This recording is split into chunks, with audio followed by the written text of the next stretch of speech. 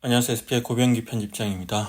네, 오늘은 이 상장 리츠 중에서 전반적으로 보면 많은 이제 한국인들, 많은 투자자들이 가장 이렇게 사랑하고 좀 신뢰를 보여주고 있는 ESR 캔들스퀘어 리츠 이야기를 좀 해보겠습니다.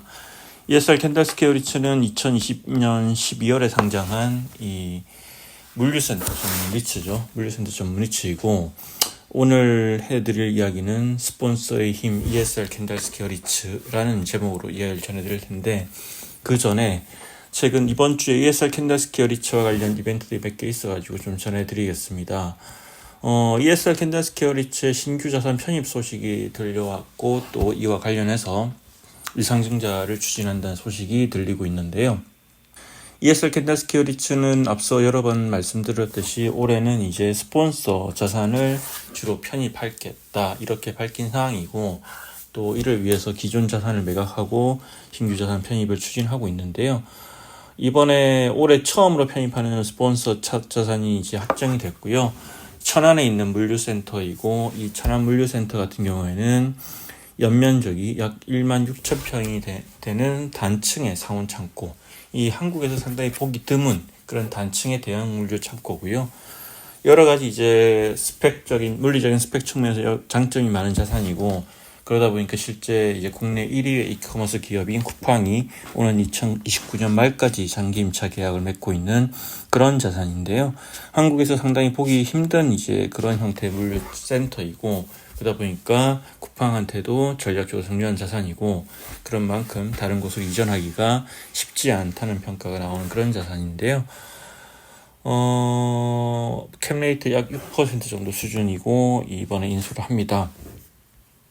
이번에 인수한 자산과 관련해서 이제 ESR 캔들스퀘어 리츠 관계자들 이렇게 얘기를 해보면, 과거에 이제 지난 2021년에 이제 유증을 하고 자산을 편입한 이후에 그 다음 단계를 원했던 핵심 자산인데, 이후에 리츠 시장이 부진을 겪으면서 편입이 지연됐고, 하지만 이번에 또 투자할 수 있는 적기라고 판단해서 인수를 결정했다 이렇게 밝혔고요.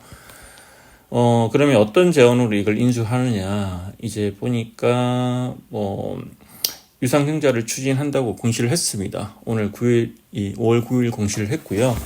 이 ESR 캔들스퀘어 리츠가 유상증자를 했던 거는 2021년 12월이 마지막이죠. 그 당시 4,425억 원 규모의 유증을 해서 대규모로 자산을 편입했는데, 약 3년 반 만에 유증을 추진하는 게 되고요.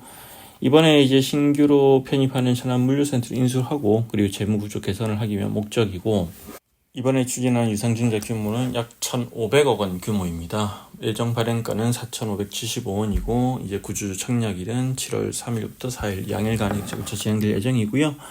ESR 캔들스퀘어 리츠는 이번에 유증을 통해 조달한 자금으로 가장 먼저 일단 천안 물류센터에 약 940억 원을 투자하고, 그리고 한도대출 RCF를 상환하는데 약 465억 원, 그리고 나머지 100억 원은 거래비용과 예비비로 쓰겠다 이렇게 밝혔고요.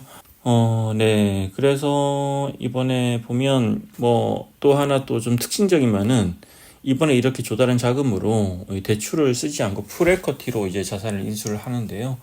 이제 풀에쿼티로 천안 물류센터를 인수할 예정이고, 이를 위해서 또 3호 자리체를 새로 설립해서 천안 물류센터를 풀에쿼티로 담을 계획인데, 이렇게 하는 이유가 있습니다. 또 이렇게 풀에쿼티로 담게 되면 향후에 레버리지를 일으킬 수 있는 여력을 확보할 수 있고, 이를 통해서 향후 스폰서가 보유한 양질의 상호 자산들을 추가로 편입할 생각이 있다 이렇게 이제 밝히고 있고요.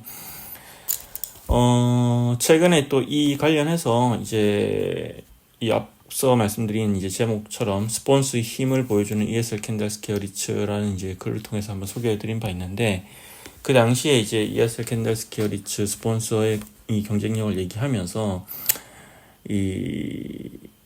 지금 파이프라인 얘기를 했습니다. 이 파이프라인을 보면, 이 ESR 캔들스퀘어 리츠의 연간 보고서를 보면 이제 각 해 말 기준으로 이런 이제 향후에 편입할 수 있는 파이프라인 어떤 규모가 나와 있는데, 2024년 말에 이제 776만 제곱미터 규모였는데, 지금 이제 지난 2021년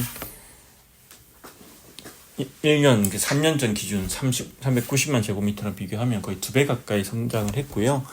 이렇게 이제 ESR 캔들스퀘어 리츠 파이프라인이 3년 만에 2배 가까이 증가할 수 있었던 거는, 이제 ESR 캔들스퀘어라는 이 스폰서가 한국 물류산업 투자 시장에서 독보적인 경쟁력을 갖고 있기 때문이고, 이를 바탕으로 지속적으로 투자를 해왔기 때문이고요.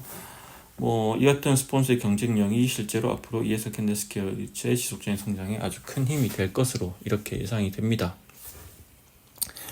이상으로 스폰서의 힘을 보여주는 ESL 캔들스퀘어 리츠와 관련된 소식, 그리고 최근에 어떤 자산 인수와 유전 관련된 소식까지 한꺼번에 전해드렸습니다. 고맙습니다.